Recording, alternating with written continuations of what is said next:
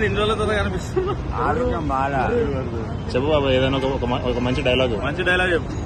ఒకటి బాగినండి, ఈ పిల్లల్ని 10 మందికి భోజనం పెడుతున్నారు. 10 మంది కాదు, 100 మందికి.